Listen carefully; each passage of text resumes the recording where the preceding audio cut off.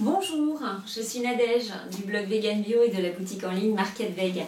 Aujourd'hui, je vous propose de réaliser des crêpes. Alors, c'est une recette qui pourra aussi bien être consommée crue que cuite. Allez, on est parti. Alors, pour la base de cette recette de crêpes crues ou cuites, j'utilise des bananes. Vous pourriez utiliser d'autres fruits comme la pomme par exemple, ce serait à mon avis très très bon. Bon, il se trouve que là j'avais des bananes super mûres, donc cette recette elle est juste très très bien pour des bananes super mûres comme ça. Voilà, donc bananes. Pour faire le liant, donc ce qu'on appelle souvent les œufs véganes, j'utilise des graines de lin. Voilà, alors des graines de lin moulues, parce que pour cette recette, il faut 4 cuillères à soupe de graines de lin. Alors vous voyez, ça fait pas beaucoup. Donc vous ne pouvez pas les moudre dans un blender comme ça. Donc soit vous avez un moulin à café, et là dans ce cas-là, ça marche très très bien, parce que les graines de lin sont super dures. Soit vous avez un petit blender comme ceci, le BioChef, qui est génial pour moudre les graines de lin. Donc vous voyez, on a très très peu dedans. Donc vous allez voir, je vais vous montrer en direct que ça mixe et ça moud très très bien.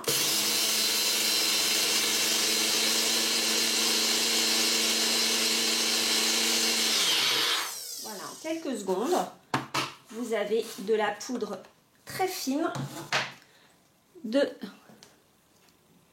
voilà, si vous voyez bien, de graines de lin. Donc, cette poudre, ensuite, vous allez la mettre dans un bol et rajouter de l'eau et laisser reposer. Donc, l'eau, c'est pour 4 cuillères à soupe de graines de lin moulues, c'est 12 cuillères à soupe d'eau. Voilà, et puis au bout d'une quinzaine de minutes à peu près, vous obtenez un mélange très, vous voyez, un peu gluant en fait. Et c'est ce qui va faire le liant. Donc, voilà. Ensuite, donc nos bananes. Les bananes, vous pourriez tout simplement les écraser. Mais moi, j'aime bien la pâte à crêpes qui soit vraiment la plus lisse possible.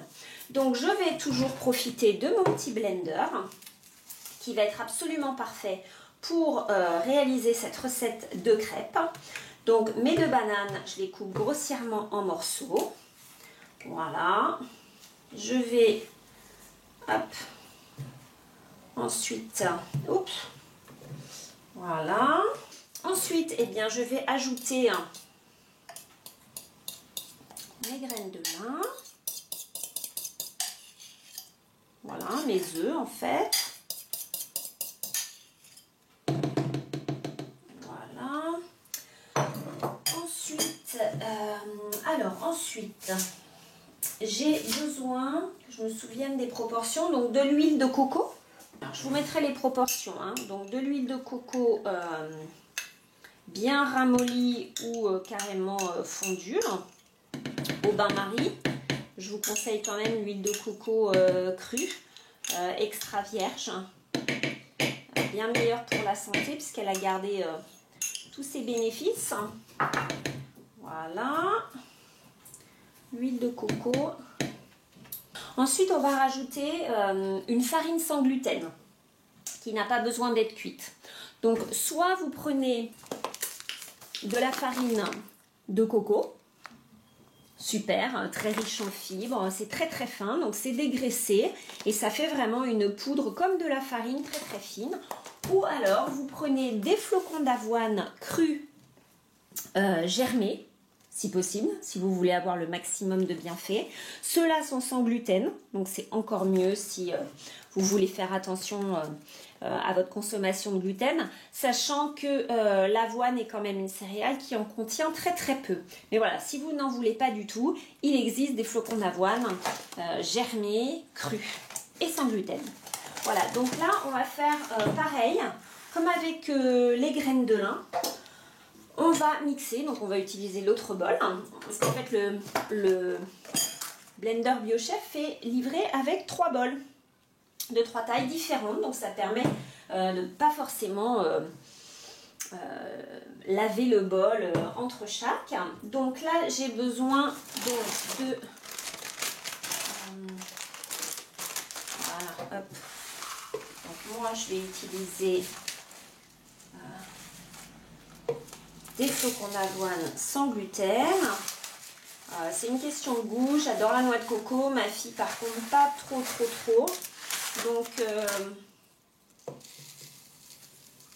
Donc du coup, j'en ai un peu trop. Du coup, je vais privilégier les flocons d'avoine. Ensuite, pareil, le blender est également livré avec 2 socles de lame, ce qui permet, tout pareil, de ne pas forcément laver entre chaque.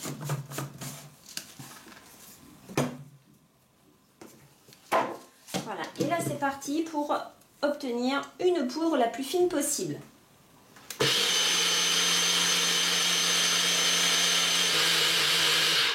Et voilà, en quelques secondes, vous avez votre farine maison, de la farine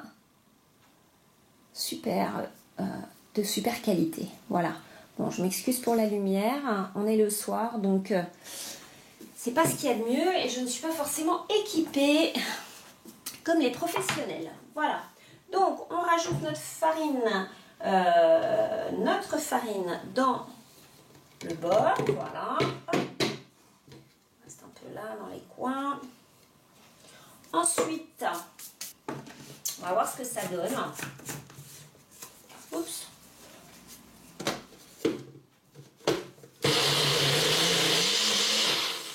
Alors vous pourriez tout à fait le faire dans un mixeur aussi normal à la.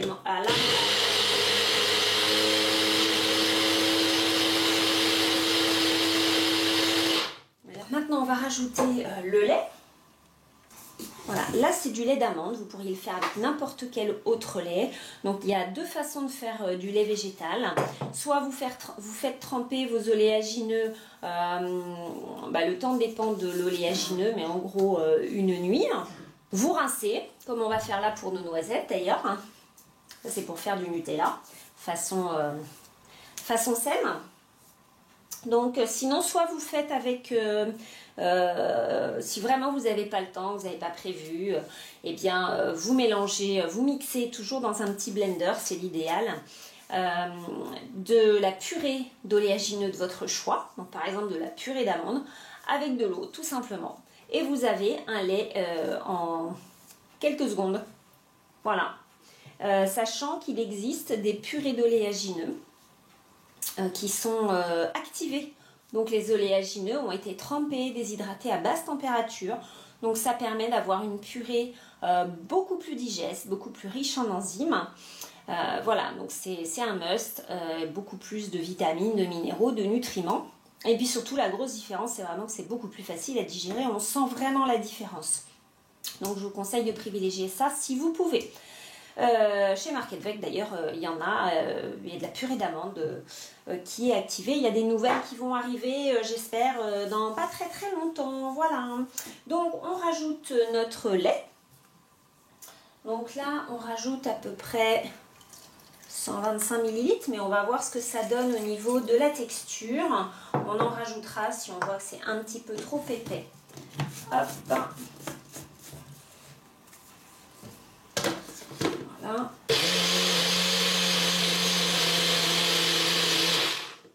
Voilà, ici, voilà, vous trouvez que c'est un peu trop difficile à mélanger, eh bien, c'est pas compliqué. Il suffit de prendre un saladier, de verser dedans, comme ça vous verrez un peu plus la texture de votre pâte et vous verrez si elle vous convient ou pas. Là, elle me semble pas mal du tout, surtout pour si vous voulez les faire déshydrater. Voilà, je ne sais pas si vous voyez bien, ça fait une belle couleur et une belle texture. Si vous n'aimez pas les graines de lin ou si vous êtes allergique aux graines de lin, et oui, il y a des gens qui sont allergiques aux graines de lin, eh bien vous pourriez les remplacer par du psyllium en poudre.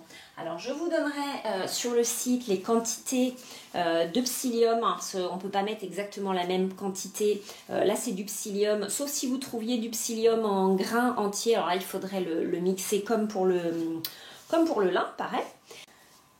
Donc si vous avez du psyllium en poudre qui est beaucoup plus facile à utiliser, eh bien vous avez le choix chez Market Veg. En tout cas, moi je le préfère en poudre plutôt qu'en tégument. Donc ça ressemble, les téguments en fait, ça ressemble à des flocons. Il est souvent vendu sous l'appellation poudre alors qu'en fait ce sont des téguments, donc ça ressemble beaucoup plus à des flocons. Là c'est vraiment de la poudre. C'est une poudre fine quand même. Je ne sais pas si vous voyez bien, c'est une poudre très fine, mais celui-ci, alors on ne verra pas la différence à la caméra, mais celui-ci il est encore plus fin.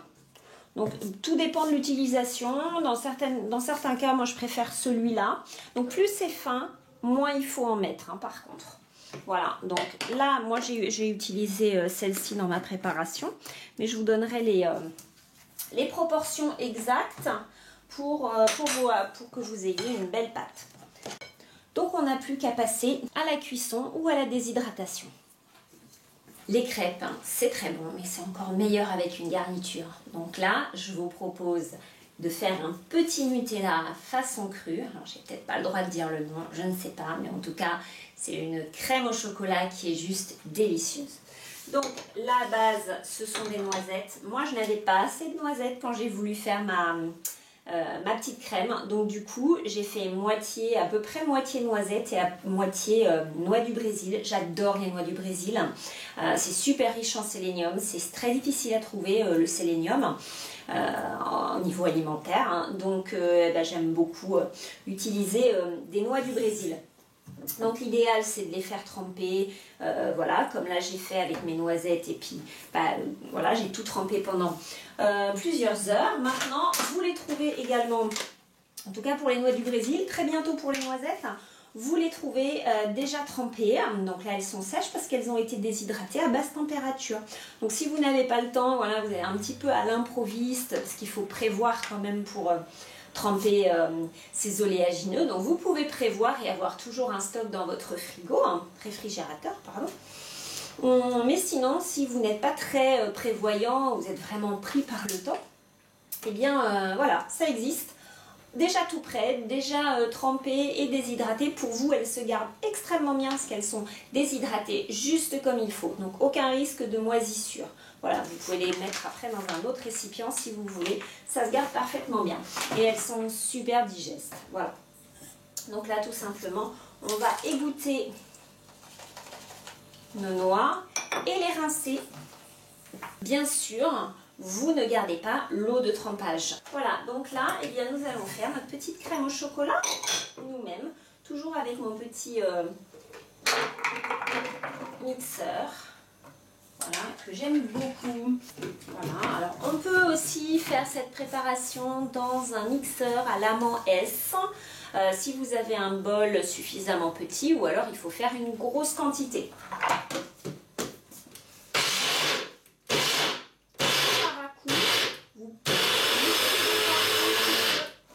Déjà un petit peu vos graines, voilà, vous voyez, ça se fait très très bien. Voilà, et là on va rajouter bien tout ce qui manque. Donc de l'huile de coco, voilà, là je l'avais fait fondre, elle a un petit peu redurci. Oups.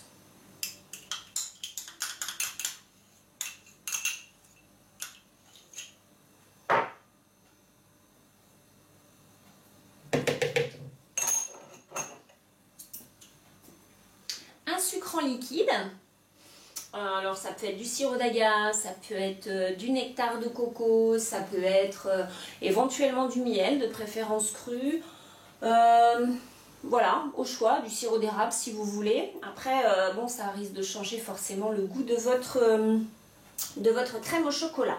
Voilà. Le nectar de coco, c'est pas mal, sinon le sirop d'agave.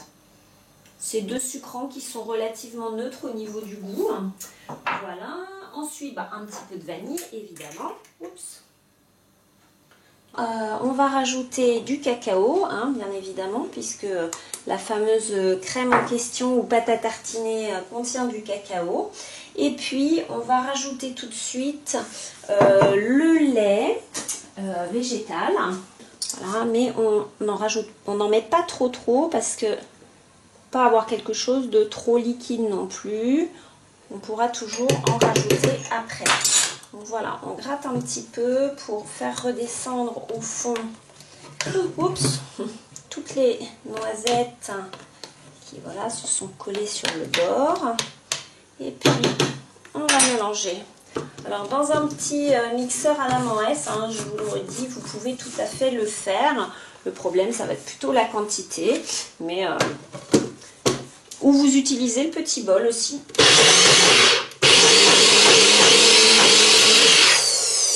Voilà, comme ça mixe très très vite. C'est bien d'arrêter un petit peu. En plus, ça permet de voir où on en est. Voilà, donc vérifiez que tout est bien mélangé. C'est pas mal du tout. Ça donne envie en tout cas. Bien, bien. Très très bien.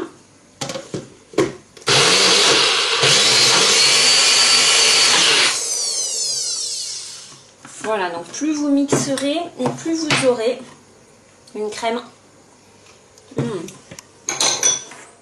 Une crème lisse. Après moi ça me va très bien comme ça. C'est pas complètement lisse mais ça me gêne pas du tout. Donc moi je vais m'arrêter là. Je sais pas si vous voyez. Ça fait une belle pâte de chocolat à garder au réfrigérateur. Bon, elle va durcir un peu au réfrigérateur hein, à cause de l'huile de coco. Mais bon, c'est très facile de la faire fondre. En tout cas, ramollir au bain-marie. Super bon. Je ne sais pas si vous voyez bien. Très bonne crème. Voilà. Si vous voulez quelque chose d'encore plus liquide, voilà, là c'est pas mal hein, pour étaler sur une crêpe. Mais si vous voulez quelque chose de plus liquide, vous pouvez ajouter un petit peu de lait végétal. Vous n'avez pas le temps de préparer votre pâte à tartiner. Il existe maintenant de super crème à tartiner, pâte à tartiner. Celle-ci, c'est la première que j'ai trouvée sur le marché, à base d'amandes germées et donc de chocolat, de sucre de coco. Donc c'est tout est cru, hein. Le cacao est cru, le beurre de cacao est cru, c'est de l'huile de coco crue. Voilà, il n'y a rien d'autre, pas d'ingrédients bizarres dedans, si vous voyez bien. Je la trouve vraiment vraiment délicieuse. Tous ceux à qui je l'ai fait goûter la trouvent délicieuse aussi. Voilà, pour les enfants, ça peut être peut-être éventuellement un tout petit peu fort en chocolat.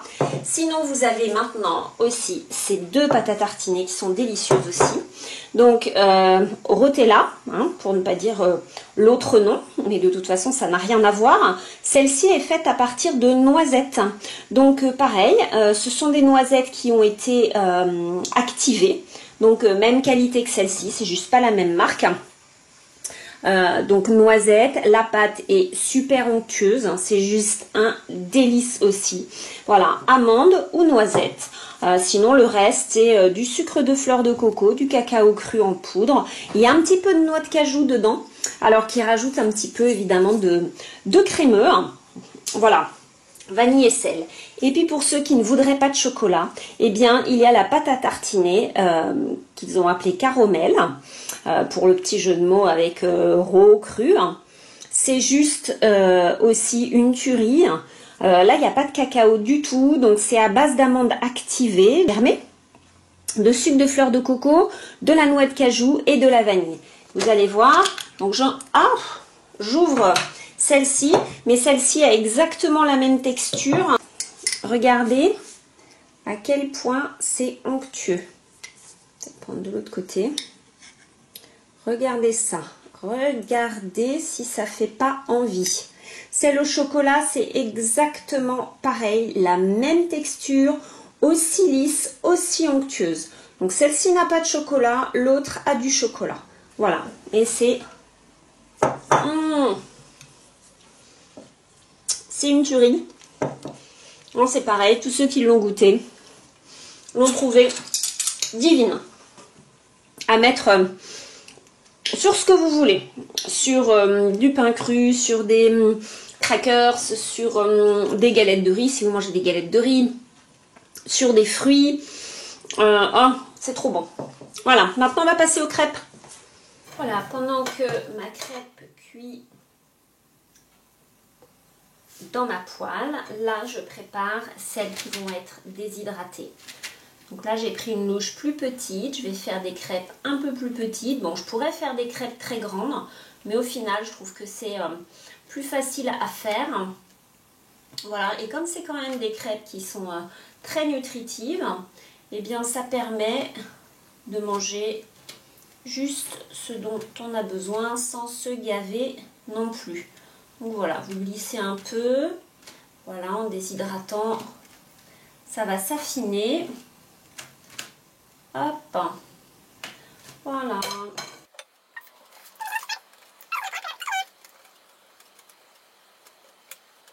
Voilà. Et voilà le résultat. Nos crêpes façon cuite. Les crues, elles, sont dans le déshydrateur et je vais vous les montrer tout de suite après. Me revoilà, il y a un petit peu plus de lumière, donc ça va être plus facile de vous montrer le résultat de mes préparations. Alors là, j'ai 3 crêpes sur l'assiette. La troisième, alors ça n'est pas quelque chose que j'ai fait moi-même, ce sont des crêpes de noix de coco. Alors je vous les présente quand même, parce que pour les fans de noix de coco, elles sont juste sublimes. Il n'y a que de la chair de noix de coco dedans, c'est cru, déshydraté à basse température, c'est sans gluten bien évidemment, sans œufs, sans soja, sans cacahuètes. Alors dedans, c'est de la chair de noix de coco avec son eau, et puis un tout petit peu de sel de l'Himalaya. Voilà, c'est tout, rien d'autre. Et vous allez voir, elles sont extrêmement faciles à utiliser parce que très très souples. Je vais vous montrer. Voilà, voilà. Vous voyez, c'est vraiment très souple, très facile à utiliser. Et en plus, elles se tiennent très très bien. Donc vous pouvez mettre dedans ce que vous voulez, même quelque chose d'un petit peu humide, elles se tiendront très très bien. Voilà, alors c'est un tout petit peu gras, mais ça c'est la noix de coco, hein, on fait de l'huile avec la chair de noix de coco, donc c'est tout à fait normal.